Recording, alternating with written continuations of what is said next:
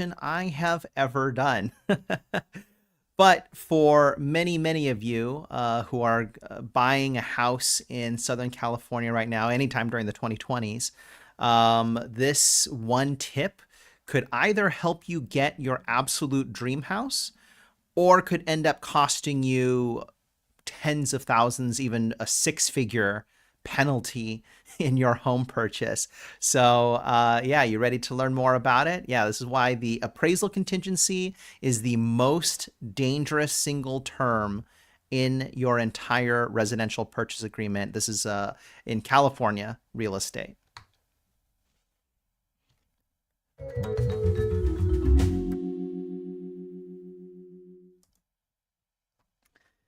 So when I first started in real estate, it really was no question about whether or not people had an appraisal contingency.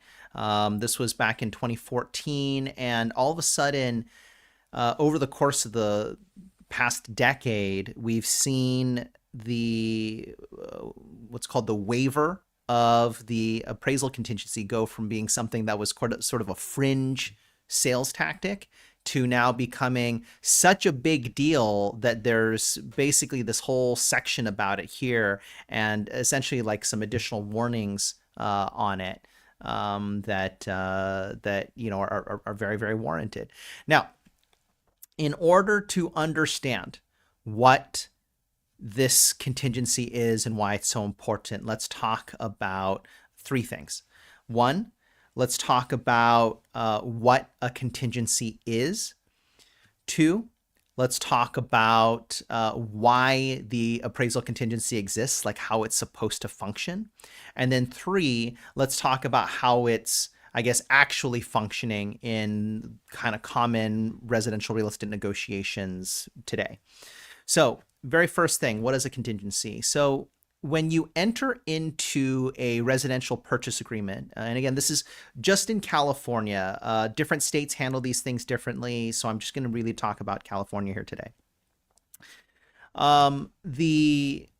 You basically, when you write down like what the agreement is it saying, hey, I want to buy this house for X amount of money and we're going to close in X number of days. Those are like the big headline points, negotiable points on the agreement. But there's a whole bunch of other stuff in that agreement, and probably the most crucial from the buyer's perspective is the contingencies. Basically, each one of your contingencies is an excuse for you to be able to cancel the agreement for that specified reason. You get your deposit back, you get to move on and keep house hunting. The only amount of money that you really lose during that process is any amount of money you spent on inspections or on the appraisal with your bank. The typical three contingencies are inspection contingency, loan contingency, and appraisal contingency. What that means is, first and foremost, you have X number of days to be able to thoroughly inspect the property, try to find everything that could be wrong with it. And if you find too many things that are wrong with it, and you and the seller are not able to figure out, not able to negotiate who should pay for what, the buyer can just walk away and move on. But of course, the deeper you get into escrow, the more desperate the seller is going to be to want to close this deal, because falling out of escrow and going back to market, a seller very tangibly loses a lot of value on their house, because other people will be able to see that it fell out of escrow, and it just kind of leaves sort of an icky feeling. And also the algorithms don't push it as hard at that point. It just all of a sudden, and this place went from being the hottest home on the block in the first week of it being on the market to now all of a sudden it's been a month or two on the market, and it starts to really struggle in terms of getting exposure and getting attention and getting people excited about it. So, the whole kind of the spirit of these contingencies is to protect the buyer, but from a negotiation perspective, it also gives the buyer sort of like cards that get stronger and stronger, more and more powerful as time goes on, that you can then use to negotiate. The inspection contingency is very easy to understand. The loan contingency, also very easy to understand. That is just whether or not the bank approves the loan. If the bank doesn't approve the loan, then you can't reasonably be expected to still buy the house anyway. And so you pull out of the deal at that point. So that leaves this third one, the appraisal contingency, one that people don't really kind of come into it with an intuitive understanding of. And basically, here's what that is. The lender pays for an appraiser to come out and look at the house during the transaction, just to make sure that the price that you agreed to buy that house, and thus the value that the bank has agreed to lend on it, that basically the house is worth enough money that if the bank had to foreclose and has to sell it at an auction, they should be able to reasonably get all or most of their money back. So that's why lenders do appraisals. And the appraisal contingency basically says that if that appraisal comes in lower than the agreed upon purchase price, that the seller has the ability to cancel the agreement or at least renegotiate the purchase price based on what the appraiser found out. This is especially relevant in volatile markets. Right now, we've got some volatility because while some areas are increasing in value, others are dropping in value.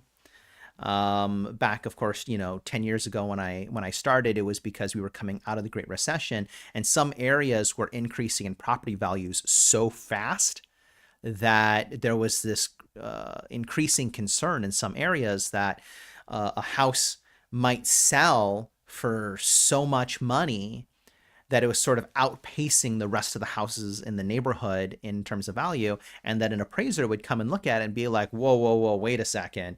This house is going for $100,000 above the average amount that every other house in this neighborhood is going for. We're only going to be able to appraise it for this number, like $100,000 less. And what happens if the appraiser does that?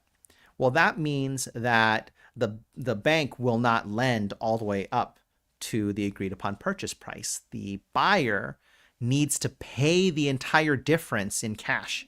So if you're $100,000 low on your appraisal, that means the buyer needs to put up an extra $100,000 to buy the house. So that's why the appraisal contingency exists. All right. What started happening in practice is a lot of people were starting to waive the appraisal contingency. What that means is they basically, said in writing in their agreements that even if I love this house so much that even if the appraisal comes in too low, I will pay the difference because I love the house so much and I have so much money. I'm able to easily cover $100,000 discrepancy in the value. It's a great way to project a sense of strength and confidence and to alleviate one of the biggest worries of sellers in that era. Especially since, there were times where, let's say there's an area that's being really rapidly gentrified. And so you really are in the absolute nicest house on the block. Somebody came in and spent a ton of money fixing and flipping this house. And now it looks like it came straight out of HGTV. But, literally one block over, there's a car sitting on cinder blocks with all the windows blown out. That's an example from my actual work experience from not 10 years ago, but actually just last summer. It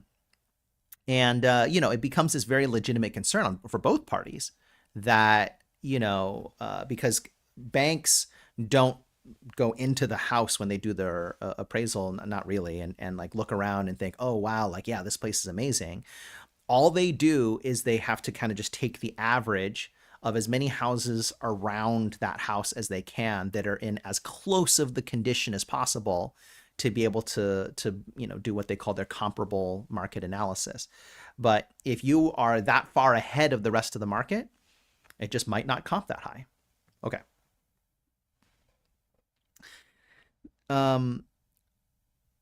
Unfortunately, one of the things that has happened, again, at least in like the really, really hot markets in Southern California, what started as being kind of a fringe tactic to try to get attention on your offer. If you are very financially strong, really love the house, it's in an area where, because things are moving so fast, like it could comp, it might not, all that. The problem is that it started becoming almost an expectation in those neighborhoods and in those entire cities. I've definitely seen over the last few years, because we've also had some big leaps in value in the wake of the pandemic, that like many neighborhoods all throughout all of Los Angeles, it's just standard practice to waive the appraisal contingency. Some of the really competitive markets in San Diego County right now as well, so Oceanside, basically anywhere coastal. And we are seeing it in Orange County, not all over the place, mostly in the really hot areas you would expect, like Irvine. And, we almost kind of felt pressured to do it in a recent transaction in Laguna Niguel.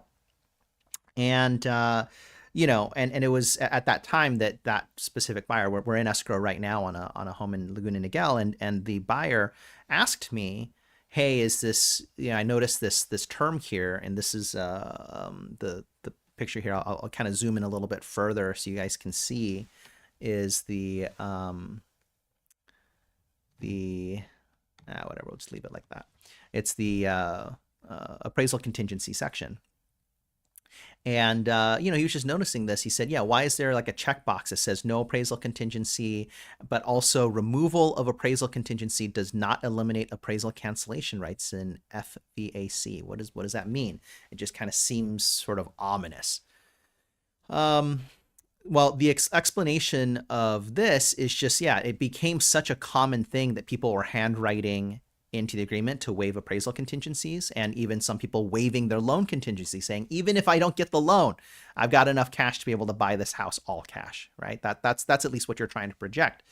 But again, when it becomes more mainstream to do that, it can put some people in a really dangerous situation. And so one group of people was, so this FVAC, this basically applies to FHA and VA loans. So FHA and VA loans, for those that don't know, are, people like these loans that are, they give you the ability to put very little money down and to just leverage your money just really, really far. It gives lower rates, and it is for people who are lower income or veterans, it's just a really valuable tool to be able to help them buy a house. But in these super duper, like hyper competitive markets in Southern California, a lot of these people were way overextending themselves, waiving a bunch of contingencies that they really shouldn't have. And, either through pressure from the market or from their very own real estate agents, just being pressured to make these potentially very dangerous and expensive mistakes. And so both the FHA and VA programs basically said, you know what, we don't care what you try to waive. We are going to, we're not going to have appraisal cancellation rights in these types of agreements. So, in practice, even today, we're still seeing situations where, I really wouldn't recommend waiving the appraisal contingency unless you have a substantial amount of money saved. I would say approximately, let's say 30% of the home's value in savings. So that if there was, the gaps in the appraisal are usually maybe between 1% to 5% at most. And so as long as you've got like that extra, let's say 5 to 10% of the home's value in savings to be able to kind of swing at that if necessary, I'd say that's, enough that you can, seriously consider waiving this. I generally do not recommend for anyone to waive their loan contingency, and absolutely, absolutely, positively never waive the inspection contingencies. Inspection is really where you protect yourself from buying a money pit, because you are going to scour every single corner of that house, find all the different things wrong with it, and figure out the value of how much all that stuff costs to fix, so that you know what you're getting into, and ideally can negotiate for as much of a, as many of those things to be repaired or credited back to you as possible over the course of the transaction. Now, there is a light side to all of this, which is that even if you do waive your appraisal contingency, or if you're in a situation right now where you waived your appraisal contingency, don't forget that you have those other two contingencies to fall back on. As long as you're not in a situation where you waived your inspection contingency too early in the process, and then still have your appraisal contingency kind of like a few more days left on that, I always recommend having all of your contingencies end on the same day, because it gives you the flexibility to be able to say, hey, listen, I found this water heater to be too old for my liking, so I'm going to cancel the agreement. That sort of thing, because you can basically, that inspection contingency allows you to cancel the agreement for almost any reason. As long as you can point to something wrong with the house, and there's always something wrong with the house, you can basically get out of the agreement for, any reason. And then, with the loan contingency as well, there's a lot of reasons why that loan might not be approved, and ways that you can basically